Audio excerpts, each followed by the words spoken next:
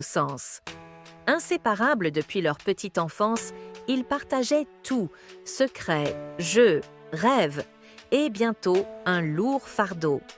Le soir, alors que les mères, éreintées par les longues heures passées au marché, s'installaient à table, Samuel osa briser le silence. « Maman, j'aimerais avoir un téléphone. » Maman Samuel leva des yeux fatigués vers son fils. « Un téléphone, Samuel? Tu n'es encore qu'un enfant. » Mais Samuel insista, son regard débordant d'espoir. « Ce n'est pas seulement pour jouer.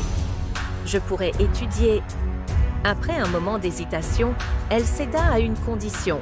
Il devrait prouver qu'il était digne de cette responsabilité. Premier de sa classe ou rien. Motivé par une détermination farouche, Samuel se transforma. Chaque soir, il plongeait dans ses livres, son rêve scintillant comme une étoile lointaine. Lorsqu'il brandit finalement son bulletin de notes, Maman Samuel sentit son cœur se gonfler de fierté. Elle tint parole. Le téléphone, brillant et neuf, devint pour Samuel une porte ouverte sur un monde immense, trop immense.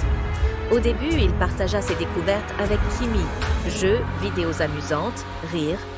Mais un après-midi, un simple clic changea tout. Une icône inconnue, une curiosité innocente. Puis l'écran s'illumina de scènes qu'aucun enfant ne devrait voir. « Qu'est-ce que c'est ?» murmura Kimi, le souffle court. Samuel haussa les épaules, incapable de détourner le regard. Ce n'est qu'une vidéo. Ils jurèrent de garder leur découverte secrète. Mais le poison s'était infiltré. Les jours passèrent, et l'amitié autrefois pure s'assombrit. Leurs éclats de rire disparurent, remplacés par des murmures et des regards troublés. Un jour, l'irréparable fut suggéré. « Et si on essayait ce qu'on a vu ?» chuchota Kimi. Samuel sentit son sang se glacer. « Non, Kimi, ce n'est pas bien !»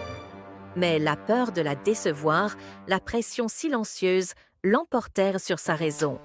La tentative fut douloureuse, brève, et marqua un point de rupture entre eux. Kimi s'enfuit, les larmes aux yeux, laissant Samuel seul avec sa culpabilité.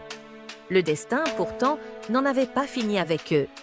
Kimi, obstiné, proposa de réessayer, cette fois à l'école.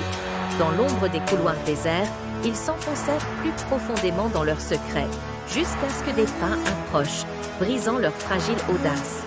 Ils s'échappèrent de justesse, tremblants, terrorisés. Mais la dernière tentative fut celle de trop. Alors qu'ils s'apprêtaient à recommencer, Maman Samuel rentra plus tôt. Le bruit sec de ses